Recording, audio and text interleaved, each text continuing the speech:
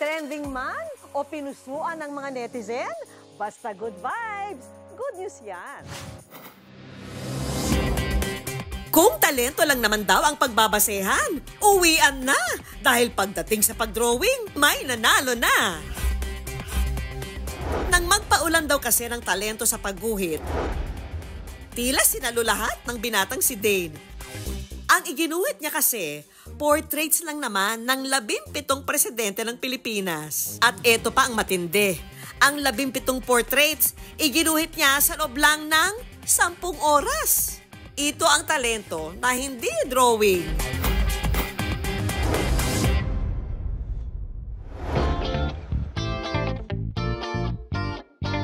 Sa unang tingin, aakalain mong isang museo ang bahay na ito sa Caloocan City. Pagpasok mo kasi, ang sasalubong sa'yo,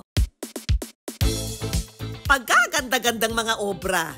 Ang mga painting na to, likha ng 15-year-old at grade 10 student na si Dane. Dito po yung workplace ko. So, dito po ako gumagawa ng artwork like mga portraits, realism, and iba pa po. Bata pa lang, hilig na raw talaga niyang mag-drawing. So, ang journey ko po sa art, nagsimula po nung 45 years old po ako. Then po yung unang artwork ko po is iba't ibang mga flags sa iba't ibang bansa. Noong 2021, ini-level up pa ni Dane ang kanyang mga obra dahil mula sa simpleng drawing, inaral din niya ang hyperrealism art o yung forma ng art kung saan ang mga obra iginuhit o ipininta na kuhang-kuha ang detalye ng subject nito. At kung titingnan, ay akala mo totoo. So, doon po ako nag-start na mag-aral sa YouTube. Matindi ang pasensya po talaga para makapay mo 90 to 100% po yung mismong reference. Ito yung first attempt ko ng hyperrealism kay Puang Un. And after niya, nasundan siya nitong babae na may, ang topic is about sa water. Hanggang sa ang dating libangan lang, kanya na ring napagkakitaan. Ang kanyang mga obra, nagkakahalaga ng 1,500 hanggang 10,000 pesos. Depende sa sukat nito. Bali, yung pagko-commission portrait po, malaking tulong po siya, especially po sa pagpantustos po sa mga pangangailangan ko po sa school. Mag-isa kasing itinataguyod ni Mommy Ronalyn si Dane at ang kanyang kapatid. 2013 kasi nang maghiwalay sila ng ama ni Dane. Kaya naman si Mommy Ronalyn, for the racket, para suportahan ang pangangailangan ng mga anak. Lalo pat ang panganay na kapatid ni Dane na diagnosed na mayroong autism spectrum disorder. Mahirap that time kasi college undergraduate kasi ako. More on online selling. Tapos naging financial advisor ako ng isang life insurance company. Ayan. At tapos ngayon sa Grab naman is actually boundary siya eh. So kaya medyo pressure din sa part ko. Nagsilbing inspirasyon din kay Dane ang kanyang kuya. Ako lang po yung way na tutulong po sa kanya, wala na pong iba.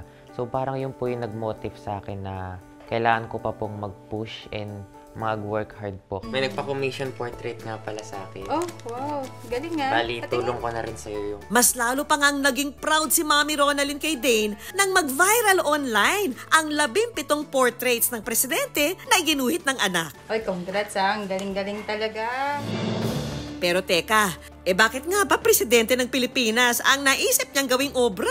Since nag-aaral po ako noon and nahilig po ako sa culture ng iba't ibang bansa, doon din po nagsimula na mag-aral ako and i-explore yung history ng iba't ibang bansa. Kaya naman, i-challenge natin ang ating mga kapuso.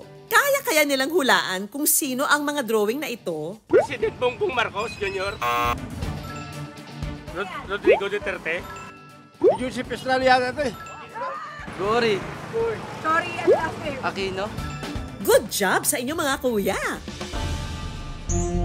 Kung akala nyo tapos na tayo, wait, there's more! Dahil sasampulan tayo ni Dane ng kanyang talento. Sino kaya ang kanyang idodrawing? Walang iba, kundi ako pala!